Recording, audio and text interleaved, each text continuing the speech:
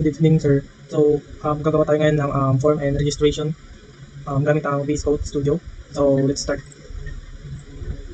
So, first, make a form that you want. Then, drop to table.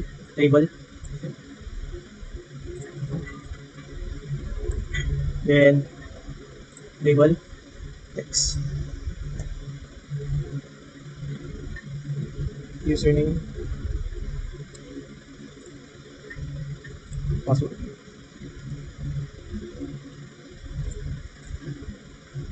Then, font.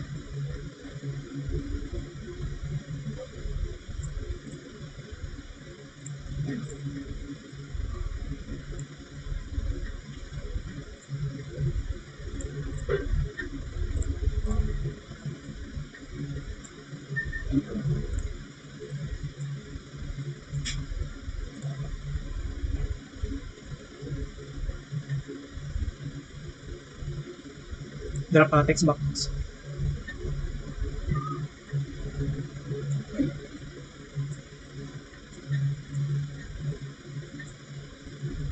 Then, first text box is border style.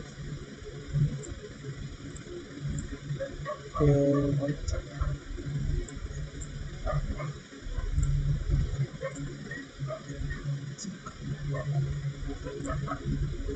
Identify.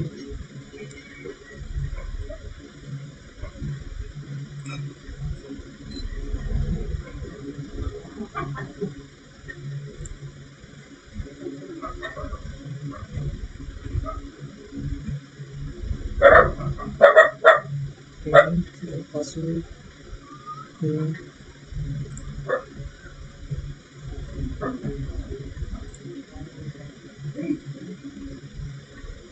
Password, then drop a button.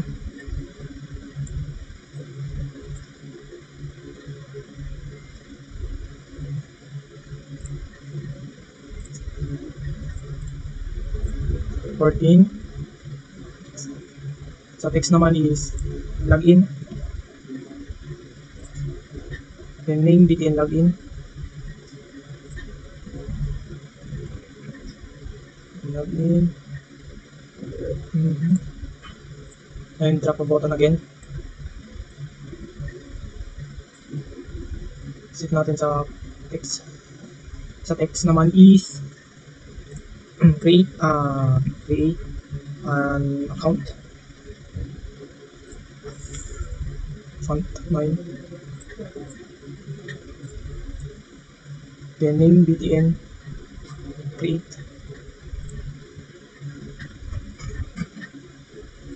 Then drop a date time picker para mas maganda namang tignan.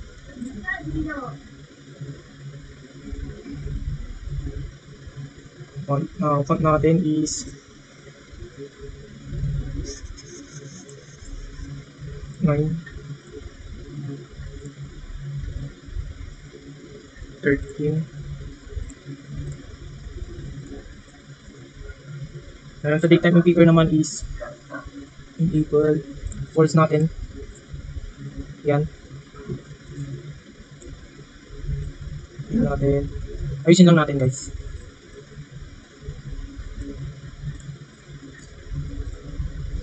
Yan. So, tapos na natin mag-create ng login form. Ang susunod naman natin is maggagawa ng registration at for Windows. Then, rename.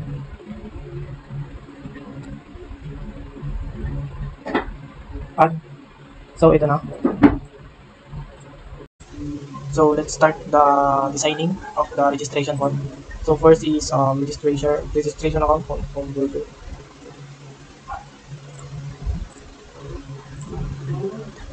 Tapos text naman is registration account form.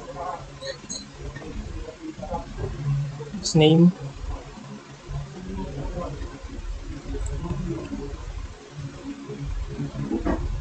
Tapos start position, center screen, maximize po, tapos Then drop a label na tayo.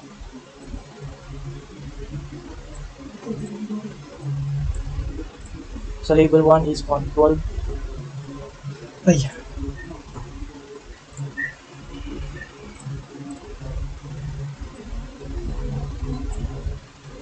So parang malaki siya.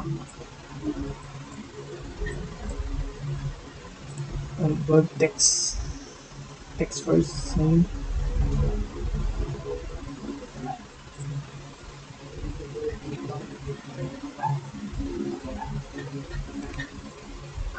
First name, then copy lang natin.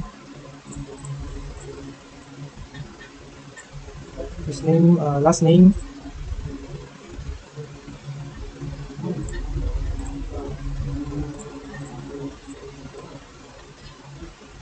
Copy lang natin ulit.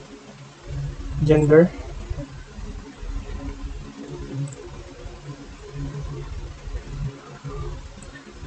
Ayusin lang natin. Copy. Paste. Birthday naman, susunod. Birthday. Copy, paste. Susunod naman is email. Copy ulit natin, paste.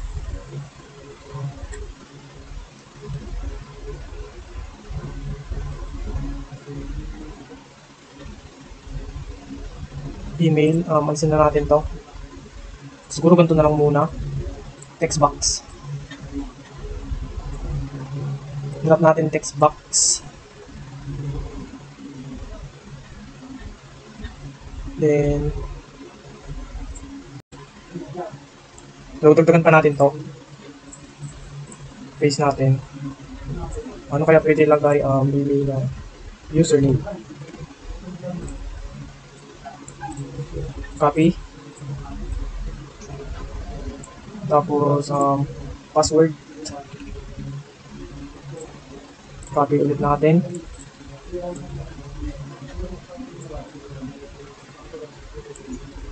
Confirm password natin.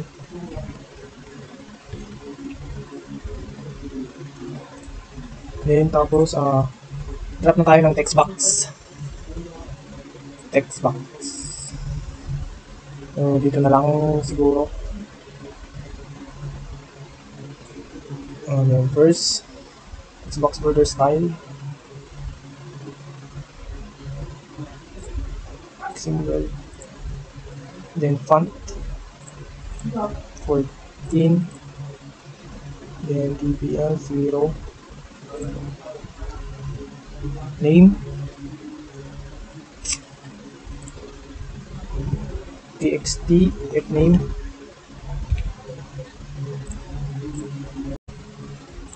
So, text box last name, tech name, TXT, file name, tab index 1.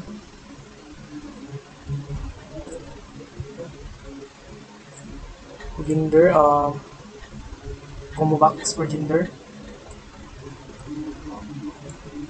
Font 14.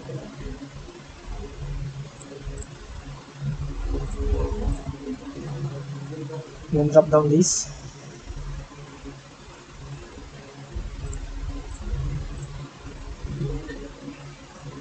Tab index 2. Index name, CBO.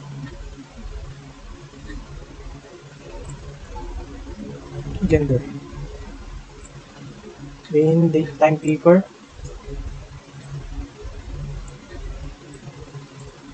O yan, font 12.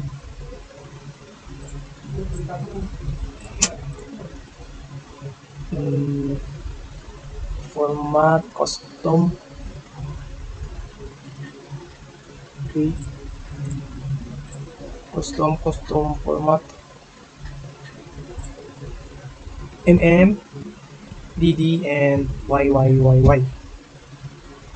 Then tab index 3. Text box for email. Text box, asan ka na? Text box for email, border style. Border style is fix single, that's 14 font. Then 14 max length 100. Then tab index for name txt. Email sa username naman text box again. Username border style ganun pa rin, inaano ko lang font 14. And tab max length is 50 din. Tab index 5. Then name txt username. Then second, copy natin for password to guys. Password and text box. Name, password. Tab index 6. Yung copy ulit natin.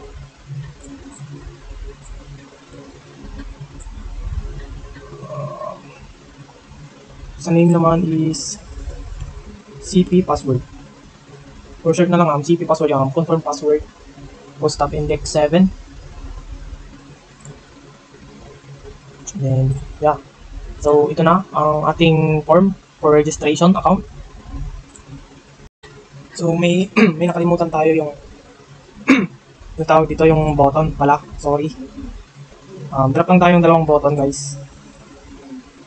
Lagyan natin button tapos control.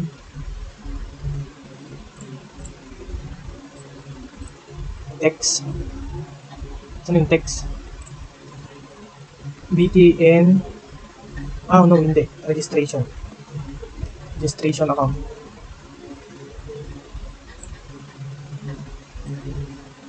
Registration account. Tapos sa name naman is BTN. Registration account. Then, pick pa tayo ng isang button. Ito na lang, magkatabi. Ito na lang. So, second button, go tayo sa text. Go back to login. Tapos sa name naman is BTN back to login. So yan, tapos na tayo.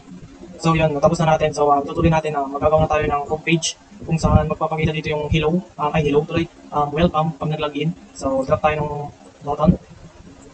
Lagyan na lang natin yung button. So ganyan, okay na to. Then font. Hanapin natin yung font 14. Tapos text. Welcome. Then name. BTN welcome. So yun, pagkatapos nito ay mag-code na tayo. So yun, gagawin na tayo ngayon ng database. So let's go. First, database name, login form, create, 10, user info, create, ID,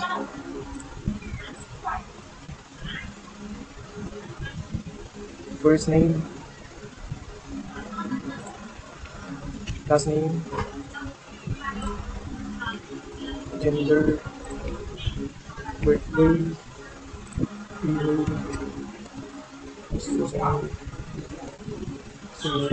password, and date created, tapos last login. So yung ID natin is naka primary key. Tapos lagyan dito natin ng 10, varchar 50 50. Voucher natin, 50 din, ganda, 50. Birthday, 10. 50. Or ano na lang, 100. 50. Password, 50. Then voucher, 50 din. Tapos, current time, stamp. Voucher, last login, 50. So, yun, okay na. Then, save natin. So, ito na yung ano natin, yung database natin. So, hello, itutuloy natin yung pag-load sa may homepage natin para maging okay na siya. So, let's start. So, dito sa may homepage, ito lang yung code natin para lumitaw yung welcome. So, sa may login. So, this dot I close in open parenthesis and semicolon login form. Tapos, form 1 then equals new login form close in open parenthesis then FR19 show hello close in open parenthesis and so ito yung code sa may homepage natin para pag meron natin magpapakita dito yung pag pinindot yung login magpapakita yung welcome. So ito yung code natin sa may homepage. So start natin ulit sa may login. So dito sa login naman para makonect yung sa may database is kailangan natin mag-load dito MySQL connection SQL connection equals new MySQL connection tapos ito ganyan data source equals localhost tapos port equal 333060806 tapos ganyan ulit then username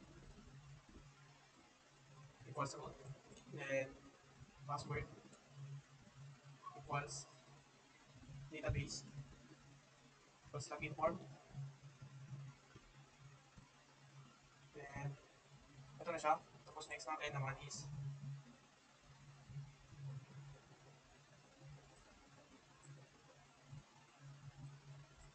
MySQL command then MySQL data reader MDR. So ito yun. Ito yung kailangan natin para makakonect. Ito yung kailangan natin para makakonect doon sa may database natin. At kailangan din natin ito dito sa may login is hide close and open semicolon registration account. Dito is para kapag nag-registration ka magpunta ka sa login form tapos form 3 equals new wait lang new registration account form close tapos FR3 dot show dialog close ganyan kasi nakita na para mag kumbaga para kapag nag-registration ka mapupunta ka sa may login tapos yung nilagay yung nag-registration ka is yun yung ilalagay mo para makapasok ka dun sa may homepage. So doon naman tayo sa may registration form. So kung napapansin nyo, dami kong error dito kasi naayos ko at hindi ko magawa.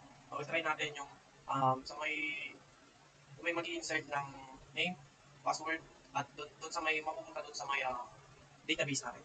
So if close and open, exclamation, isa pang close and open, user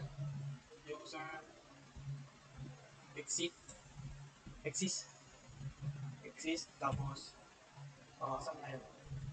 Dalawang ganyan, then will exist. Pagkatapos nito, close string, pamali. Yan, mamali na ako. Then string IQRay, string IQRay, tapos equals, insert into user info. Dito sa ano, sa insert into user info, ito yung name ng table ko. So, ganyan, open. Tapos, first name, tapos ganun ulit, last name, then last name, password, gender, tapos birthday, email, tapos username, tapos password, then plus, their values,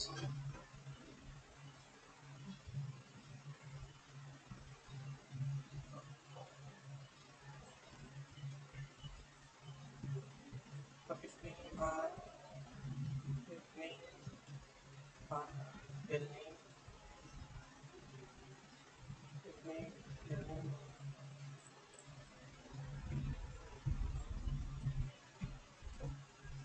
at gender, tapos at birthday, at email,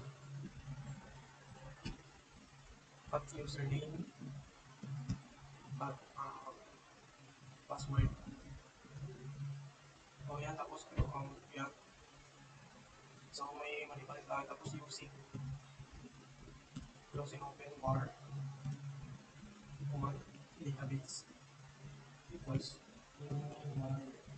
SQL, command, tapos if IQRay, connection, tapos okay. Tapos command, database, parameter, add with value, tapos close, fname,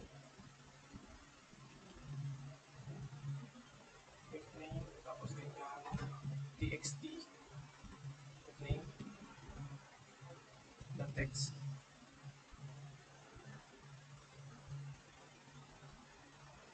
data ay kulang ng ano parameters pala, kaya pala may mali. Then copy lang natin,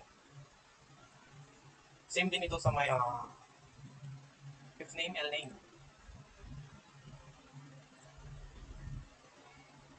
txt, L name,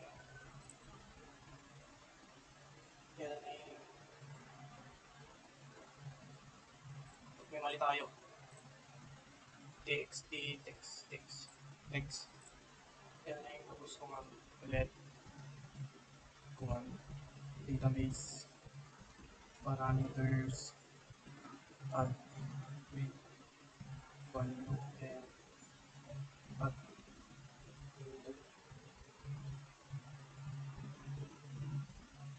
gender, tapos cpu,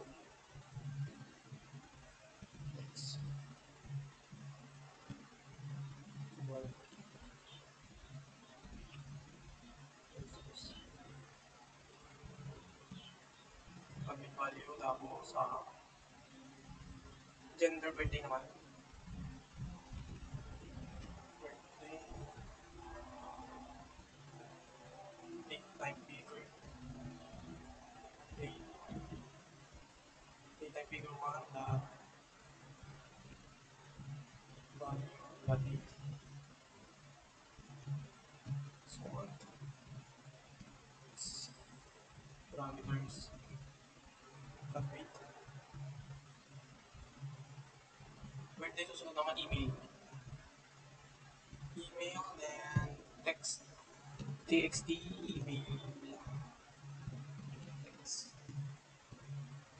TXT, email, text. Email, and command ulit. Command database, parameters. Dot add.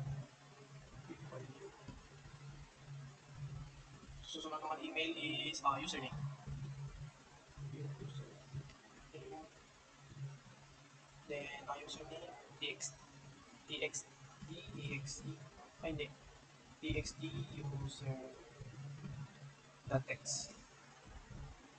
Ba't mali? Ba't mali na naman? Text pala, sorry. Command database, parameters, at birthday, tapos susunod, password. Password, ay, text, password. Text, password, the text. Then, try, closing open parentheses, command database, X, query, then message box. Message box, that show.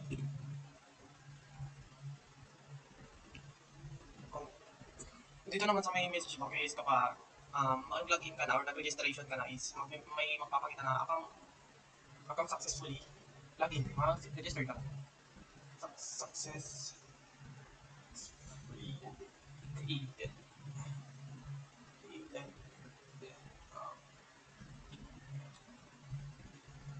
success message box button. Okay. Then message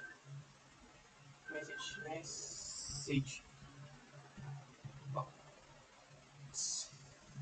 icon na information tapos yan and close parenthesis catch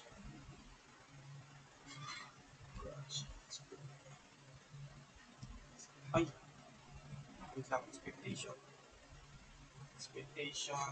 x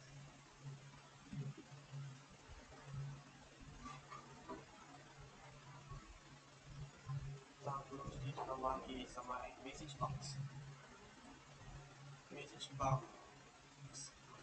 that show kasi para sa meron na dito try command list expectation so may error pa rin message box and insert command test expectation try command list baka yung conversion na error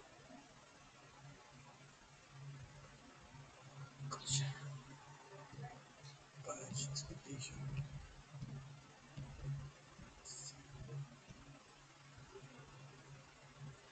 pamali then message box na show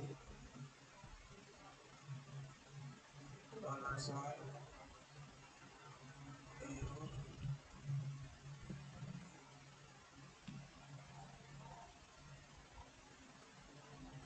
curly bracket message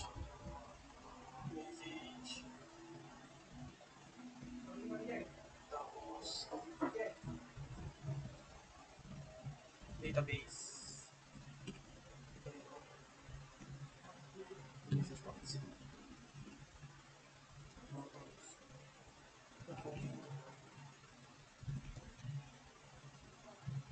mali okay message icon message box error so okay na dito then yun to okay man dito sa may registration form is ano siya then click natin dun sa may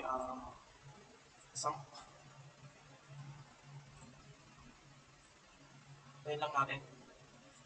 Start. Then, search natin phpMyAdmin.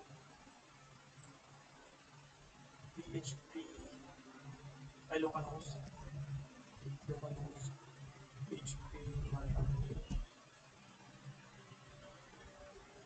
Hintayin lang natin.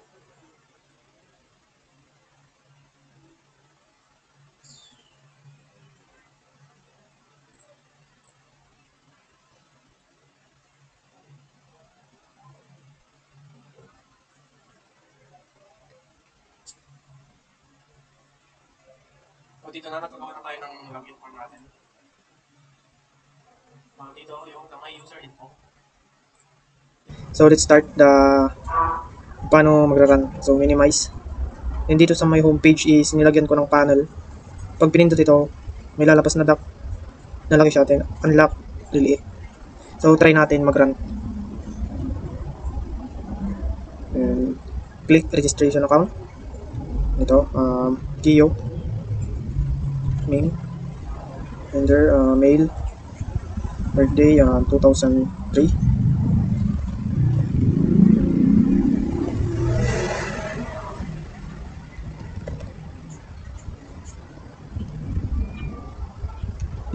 Then, click registration account. So, okay. Pag kunwari pag wala ito, tapos kapag pinindot yung registration is password don't match. So, go back to login. Create. Kio, tapos 2003. Login. Login successful. Then, ito na welcome. May exit. So, pindutin natin itong exit. Pupunta tayo sa login. So, yeah. So, thank you, sir.